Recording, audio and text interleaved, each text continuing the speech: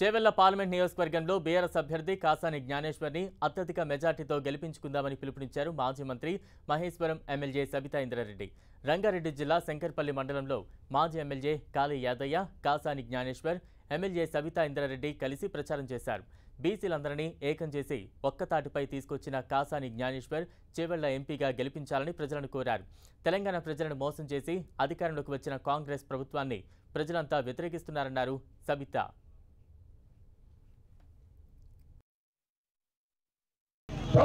కులాలు అంటే బీసీలు, ఎస్సీలు, ఎస్టీలు, మైనార్టీలు 96 కులాలు తీసుకున్నాడు.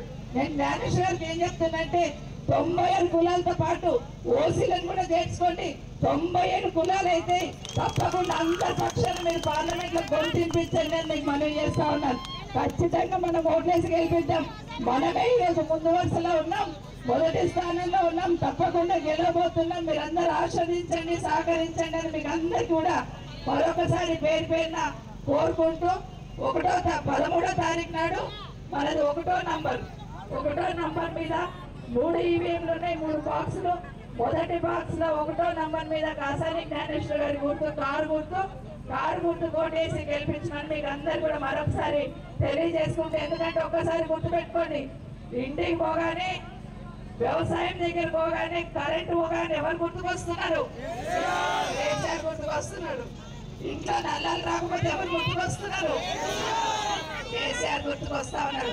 రైతు బంధు పడకపోతే రైతు కళ్ళల్లో నీళ్ళు వచ్చి ఎవరు గుర్తుకొస్తున్నారంటే కేసీఆర్ గుర్తుకొస్తున్నాడు.